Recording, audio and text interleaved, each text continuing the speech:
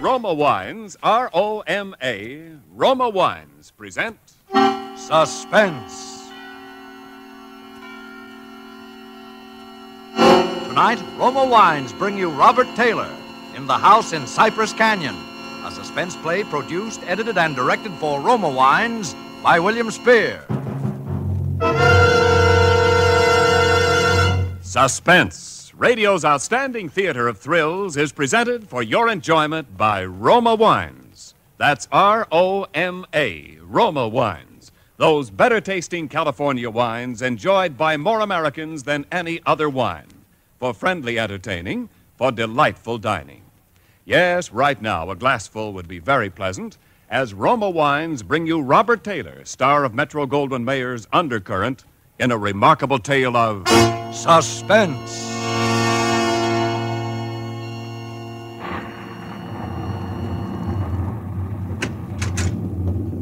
Merry Christmas, Jerry. How's the real estate business? Kind of early with your greeting, aren't you, Sam? Well, I got to get them in sometime. I may not see you again until next Christmas. If this real estate racket gets any crazy, I'll be dead by next Christmas. I'm glad you could get up here, though, Sam. What's on your mind, Jerry? You'll probably shoot me when you hear it, Sam, because I'm probably nuts. But doggone it, you're a detective and you're my pal, and I just had to tell somebody. Well, you sound like it's serious. That's just it. I don't know what it is, Sam, but... Now, listen, you know we're agents for a group of houses up in Cypress Canyon. Mm-hmm. Those places that were started before the war, never got finished. Oh, yeah. All I got in were the foundations, just concrete and a couple of beams. Well, they've been finished now. In fact, I'm putting up the for rent on the last of them today. Well, what do you want? Police protection from the mob? Listen, Sam, this house that I'm talking about, it's got a number now, 2256. But before, when the men went back to work on it about 3 months ago, well, they just started when the foreman on the job brought me a shoebox that he'd found up on a beam. And this box had a manuscript in it, a story kind of, all written out. Yeah. Well, he gave me the thing. I read it. I didn't think much about it. I put it in my desk. But the other day, and I happened to drive by there, I saw the number on the house and what the house looked like. I thought of this manuscript. And, well, I don't like it, that's all. There's something funny about it. What's funny about it? Well, mind you, this thing was found in an unfinished house in Cypress Canyon. House that was only just started building. All right. Well, listen, Sam, I want to read it to you if you got the time, and you'll see what I mean. All right, shoot. Well, here's how it begins. To whom it may concern, my reasons for setting down on paper what follows here will be abundantly clear to anyone into whose possession it may fall. First, let me say that I'm a very ordinary person. My name is James A. Woods. I'm 35 years old. By profession, a chemical engineer. My wife, Ellen, was a school teacher when I met and married her in Indiana 7 years ago. There's nothing in the past life of either one of us to suggest remotely any cause or reason for the dreadful thing that has invaded our lives. Our married life has been in no way different from that of millions of other average, reasonably happy, and congenial families. 3 months ago, I was ordered by my firm to take charge of a rather minor project in Los Angeles, Hollywood to be exact. The order was a sudden one. There'd been no time to secure accommodations, and conditions being what they are, the inevitable result was that until day before yesterday, we'd been living in the cramped quarters of one of those characteristic California motels.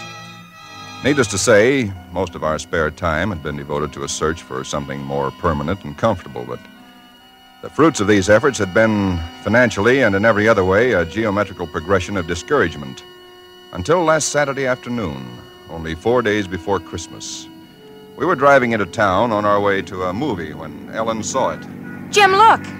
What? That sign in front of that real estate office. Oh, yeah. But don't you see what it says? For rent, furnished, 2-bedroom house, close in, immediate occupancy. Yeah, uh-huh. Aren't you going to stop? Oh, Ellen, you know what a sign like that. It'd mean right out in plain sight in front of a real estate office. Oh, yeah, but Jim... Either they want $600 a month... We'll never know until we And ask. if it's any good at all, there are probably 50 people fighting for it right back there now. Well, honey, there's no harm in trying now, is there? You really want to go back? Oh, it's probably foolish, but what can we lose?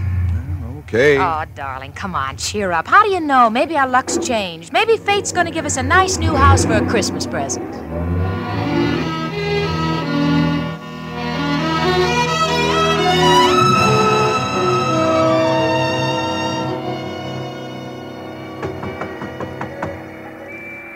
Come in. Oh, we're sorry to bother you, but we just happened to see that for rent sign outside. Oh, and, yeah, I hung it outside just this minute. Is the house available? Why, sure it is. Let me introduce myself. My name is James A. Woods, and this is my wife, Ellen. How to do? Wow. Looks like it's fixing to rain. Yes, so it does, doesn't it?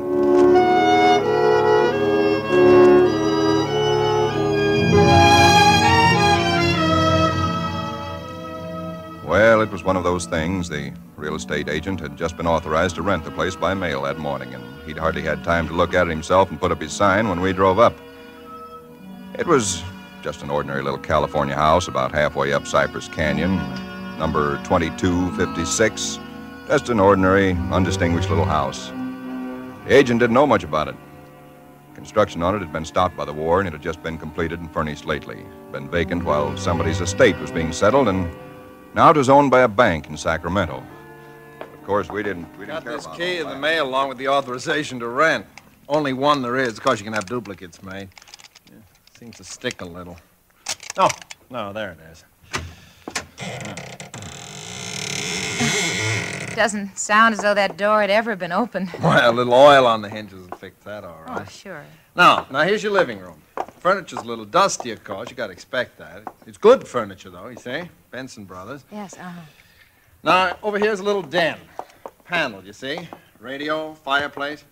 Really a very attractive little room, particularly for a man. Uh-huh, yep. Now, the bedroom's off the living room here. Everything's all on one floor, you understand? It's quite nice, I think. Yes. You can see you get the morning sun here. There's a view of the canyon through these front windows. You got cross ventilation. That's about all there was to it. It wasn't the best place in the world. It was small and badly built, but what would you have done? We took it with as little inspection as that.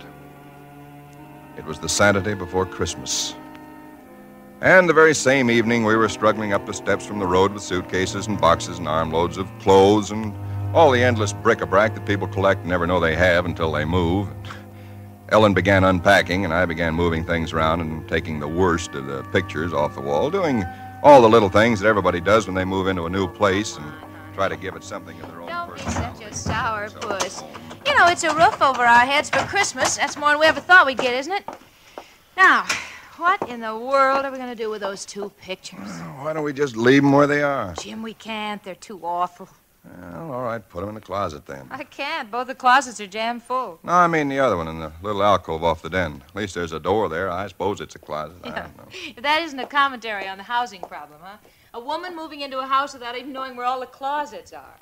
Take the pictures down, will you, honey? Bring them in here. Okay. All right. Guess you'll have to help me with this door. I can't get it open. Let me see it. Well, of course you can't, silly. It's locked. Where are those keys we found on the desk? Here they are. Nope, not this one. Sure, this one won't work. Well, feels like an awful solid door for a closet. Oh, and that's one solid door in the house. Well, this one won't do it either. Well, we'll just have to get a locksmith up here on Monday. I'll put the pictures behind the desk, okay? Yeah, all right. Jim, if you could just help me move this armchair, huh? Oh, Ellen, will you let it go until tomorrow? You know what time it is? Oh, but, honey, I'd like to get the place looking just a yeah, little but it's bit. almost midnight. In fact, it's exactly... What was that? Tomcat, I guess, out in the brush somewhere. Sounded near. Oh, hope that doesn't go on all night. Well, there's much we can do about it. Come on, Ellen, I'm dead tired. All right, Jim, all right. Where'd you put the toothpaste, honey? It's right in the medicine cabinet. Oh, yeah. Jim, we ought to get some firewood tomorrow. You know, a fire in that living room would make all the difference in the world. Can't. Sunday. Well, Monday then. Jim, I think red curtains are what we need, don't you? You know, just at least for the living room. Anyway, the ones in there now have just got to come down. Yeah, I suppose they do. What do you think of red? Well, I guess it's all... Jim. It's some tomcat. Jim, it sounded in the house. Oh, now, how could it be in the house, Ellen? We've been over every inch of the house. Except that closet. Now, how could a cat or anything else be in a closet that's been locked up for over a year? don't know. It's probably under the house. A wildcat or mountain lion or something. I hear they have them in California. Jim, I don't like Well, it. neither do I like it, but there's nothing we can do about it tonight. Well, maybe we ought to call somebody, the police or some don't neighbors. be silly, Ellen. You act like a kid. Come on, let's go to bed, huh? All right, I suppose it is silly. Jimmy, did you lock the door? Yeah. Can I turn out the lights now? Yeah. All right. Good night, Ellen. Sleep tight. Good night, Jim.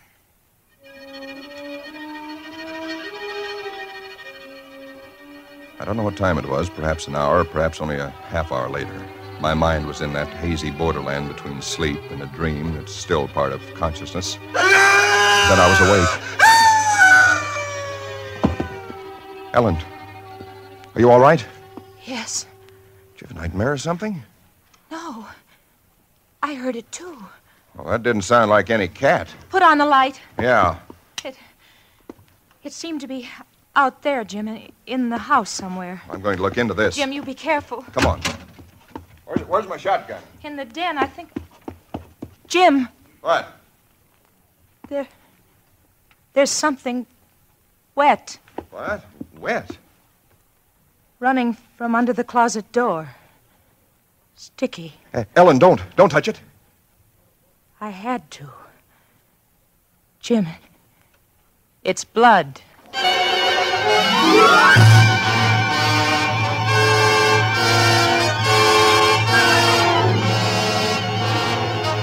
For Suspense, Roma Wines are bringing you Robert Taylor in the house in Cypress Canyon. Roma Wines' presentation tonight in radio's outstanding theater of thrills, Suspense.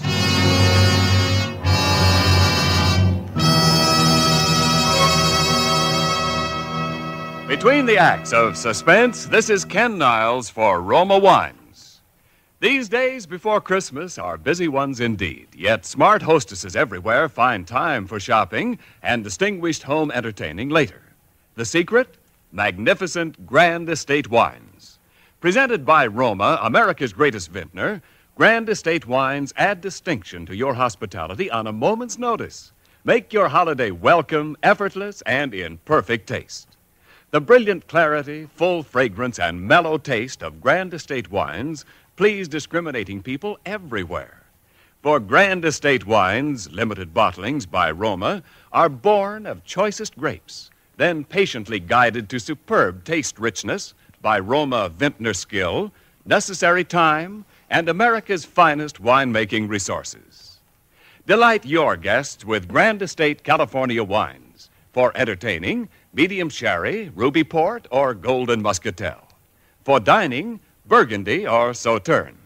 So insist on Grand Estate wines and enjoy the crowning achievement of vintner skill. And now, Roma Wines bring back to our Hollywood soundstage Robert Taylor as James A. Woods, with Kathy Lewis as his wife Ellen, in the house in Cypress Canyon. A tale well calculated to keep you in suspense.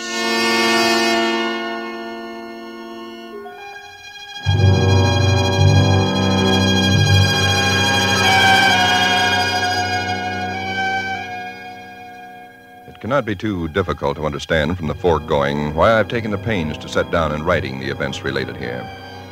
To find in one's newly rented house a closet which cannot be opened is in itself certainly no great cause for alarm. But to be awakened in the stillness of the night by unearthly cries within that house, to find oozing from under that closet door something that is unquestionably blood, that's another matter. Perhaps others might have been braver than we.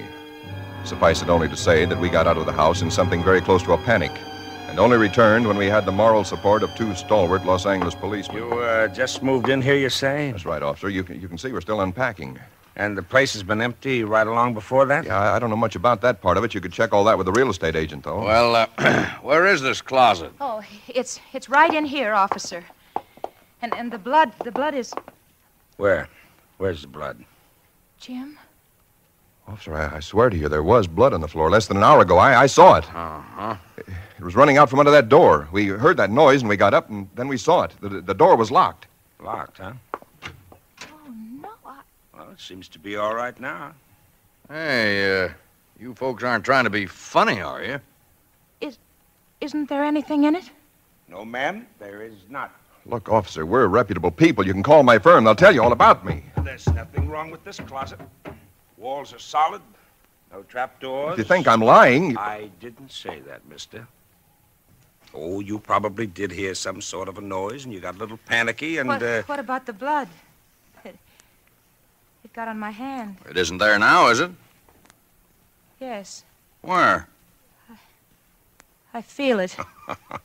Now, you folks just take it easy. You know, you're liable to hear all kinds of noises up in these canyons at night. You're from the east, you say? Yeah. I'm sorry, officer. Ah, that's all right. That's all right. If you have any real trouble, call on us anytime. All right. Well, good night. Good night. Good night. Hey, you ought to have this door fixed. That's enough to scare you. Yeah, we're going to have it fixed.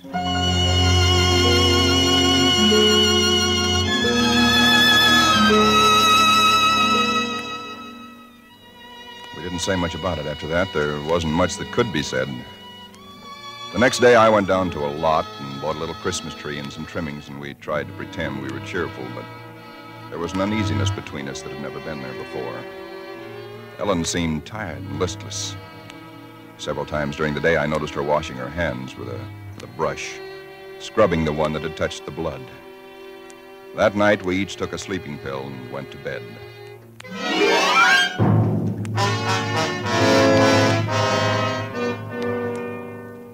It was sometime after midnight when I was suddenly wide awake and staring into the darkness. In some way, I knew at once and instinctively what had awakened me. Ellen was not in her bed nor in the room. The nameless thing I feared gripped at my heart until I could scarcely breathe. I opened the bedroom door and started through the house, putting on every light that I could find. There was not much to search, but I searched thoroughly. The living room, the kitchen, bathroom, den, even the garage. And all the time, the dread of looking where I knew at last I must look. For I think I knew from the very first time where I'd find her. It must have been a full minute that I stood before that closet door. Then, I opened it. She stood there rigid, her arms at her sides, her fingers extended like claws.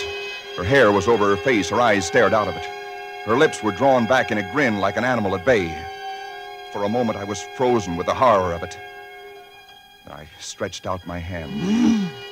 Very deliberately, she turned her head and sunk her teeth until they met into the flesh of my forearm. I'd raised my hand to strike at her, but already she'd relaxed her hold and gone utterly limp. She would have fallen unless I'd caught her. I carried her into the bedroom and laid her on the bed. Strangely, at that moment, my only thought was how I might revive her. Until I saw that it was not a faint, but a sleep that she'd fallen into. Sleep as deep and heavy as though she'd been drugged. And so I left her. But for me, that night, there was no sleep.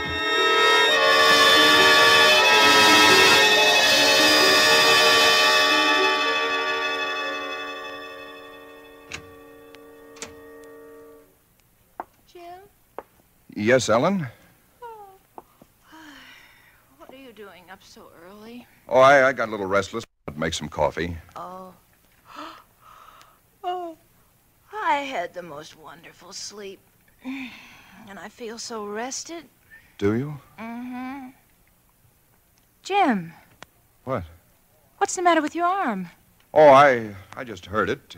Why, honey, it's terribly swollen. Let me see it. No, it's all right, Ellen. Oh, it isn't all right. You've got to see Dr. Wesley right away. Sure, I will. No, I now will. you promised me, Jim, that you'll go the first thing this morning. How'd it happen? Oh, there was a dog. A dog?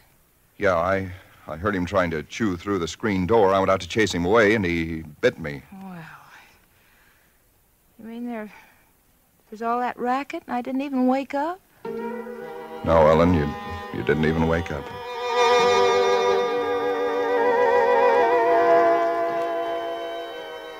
It was clear to me that Ellen knew nothing of what had transpired the night before.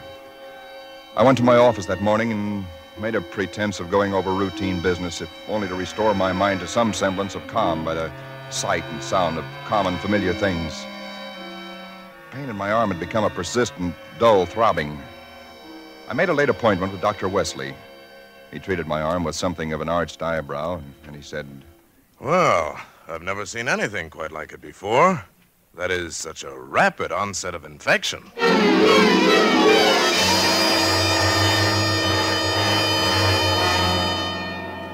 It was dark when I left his office. I hadn't realized it was so late. Driving home, my car seemed sluggish until I saw the needle on the dashboard and realized that I was pushing it to the utmost of its speed. I was racing home to prevent something before it was too late, before the darkness had conspired against me. For somehow I already knew with certainty that it was the darkness and the night that I had to fear. The curves of the canyon seemed endless. And then the cold fear leaped up inside me. My house, too, was dark. I went slowly up the stone steps from the road, looking, praying for some sign of light or life. There was none. The house was empty. Ellen was gone. I looked with the same self-torturing thoroughness, and in that closet first of all, knowing as I did so that it was hopeless. And so, alone in that empty house, I waited, powerless and helpless now, deadened in thought and will, empty as the house itself, save only for the overwhelming sense of a terrible foreboding. It was sometime in the early hours of the morning, I snapped on the radio, shortwave. Why? Surely a minor question now. I only know that I did. And then I heard it. Car 58, car 58, go to Laurel Canyon, the 4000 block. A report that a man has been injured or attacked. Condition thought to be critical. Ambulance will follow. That is all.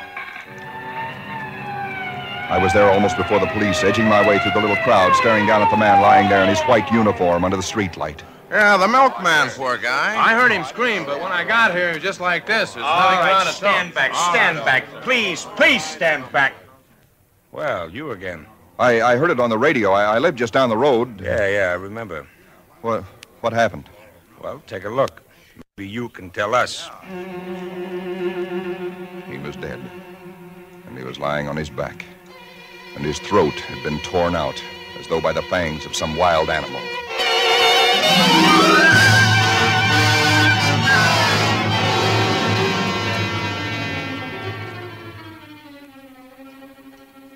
It is now Christmas Eve, or rather Christmas morning, for it's a little after midnight.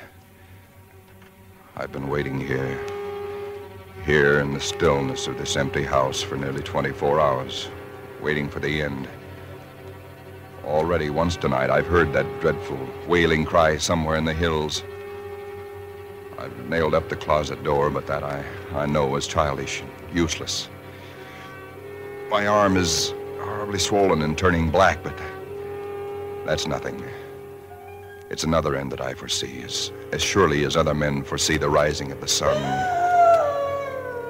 I hear the cry again. It's nearer now. I shall leave these notes in a sealed envelope and put it in a shoebox, in the hope that someone will give credence to these dark and terrible events, if indeed such nameless horrors can ever yield to mortal understanding. As for myself, I feel no longer any fear or even sorrow, only a desire that the end and the thing that I must do may come soon. And it will be soon, I know. Yes, for there is someone at the door.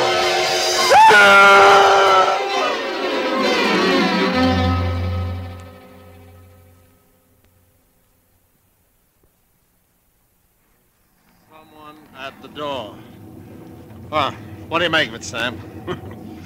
It's quite a yarn. But what of it? That's what I thought. Now, listen, that's not quite all of it. Clip to it's a newspaper clipping. Listen. Hollywood, December the 26th. Police reported what was apparently a case of murder and suicide in Cypress Canyon sometime in the early hours of the morning. The victims were James A. Woods, a chemical engineer, and his wife, Ellen. Preliminary investigation indicates that Mrs. Woods was killed by the blast of a shotgun in the hands of a husband who then turned the weapon upon himself. That she fought desperately for her life, however, was evidenced by the disorder of the room and the severe lacerations inflicted upon her husband about the neck and arms. This is the second tragedy to be reported in Cypress Canyon within 24 hours, the other being the unexplained death of Frank Polanski, a milkman. Well, no such murders or whatever they were ever occurred, if that's what's worrying you. The clipping, well, you have those things printed up, you know. No, it's not that, Sam. That story was found in an unfinished house in Cypress Canyon. No number, no nothing, just a framework. Uh-huh. Now that house is finished. When I drove by it today, well, that's what stopped me, Sam, because it all fits. Now that it's finished, it is the house in the story, the same construction, the same vines and creepers on the lawn, even the same number. So what, a guy who knows roughly what this house is going to be like writes a yarn and loses it or something? Did he know the place was going to be listed for rental today, the Saturday before Christmas? Oh, Jerry, coincidence. Two bits you find the guy next door is a ghost story writer or something, and he's been wondering for a year what happened to that thing he wrote. Okay, coincidence. Well, I'm sorry I bothered you, Sam. Don't be silly. I liked it. It's a good yarn. That the for rent sign you were talking about? Oh, yeah. I'm going to put it up outside now. Uh-huh. Well, so long, Jerry, and Merry Christmas again. Yeah, well, thanks, Sam. I guess I was kind of silly, all right. Huh? Listen, when a guy named, whatever it is, Woods, with a wife named Ellen, comes in to rent that place from you, then you can start worrying. Yeah. Well, so long, Sam. So long, Jerry. Come in. Oh, we're sorry to bother you, but we just happened to see that for rent sign outside. Yeah, I hung it out just this minute. Is the house available? Oh, sure it is. Let me introduce myself. My name is James A. Woods, and this is my wife, Ellen. How do? Wow. Looks like it's fixing to... Yes, it does, doesn't it?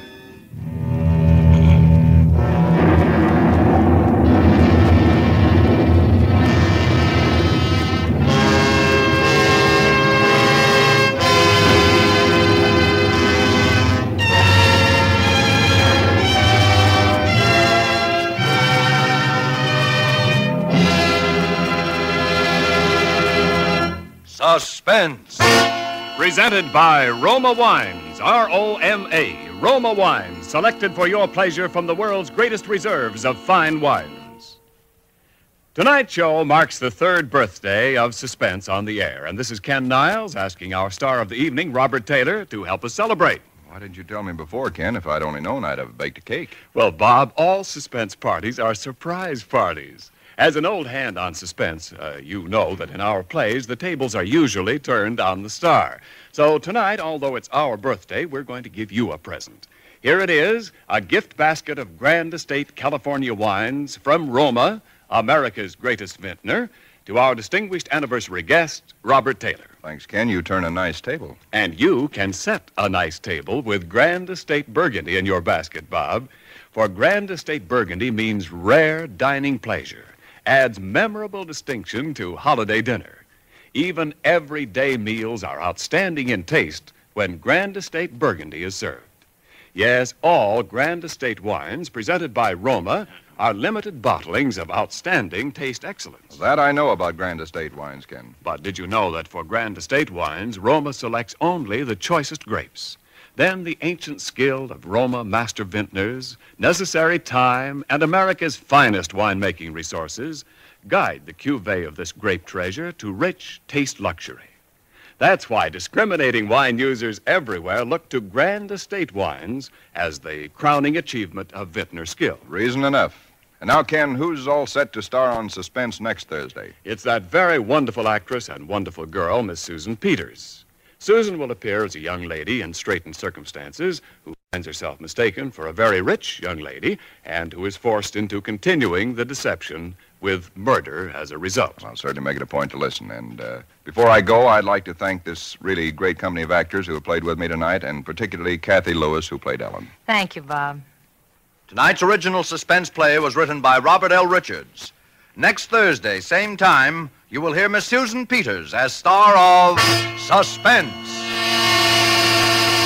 Produced by William Spear for the Roma Wine Company of Fresno, California. This is CBS, the Columbia Broadcasting System. you.